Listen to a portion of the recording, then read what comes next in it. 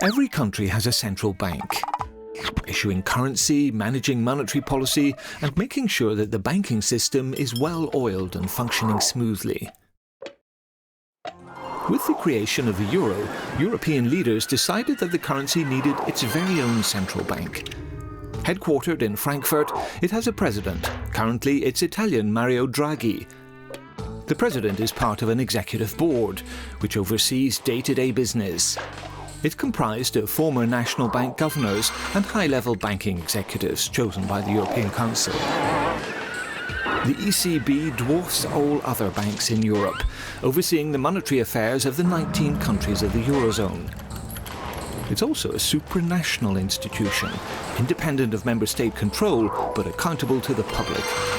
Its main role is to maintain price stability in the Eurozone.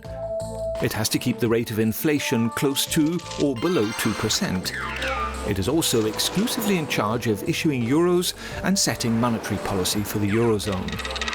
At the height of the financial crisis in 2008, the ECB had to navigate through a few tough years, bailing out Eurozone countries in economic downturn.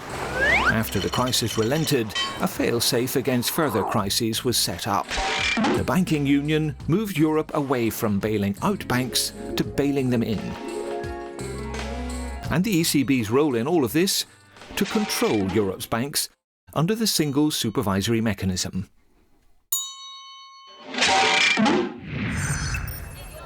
It seems to be coming.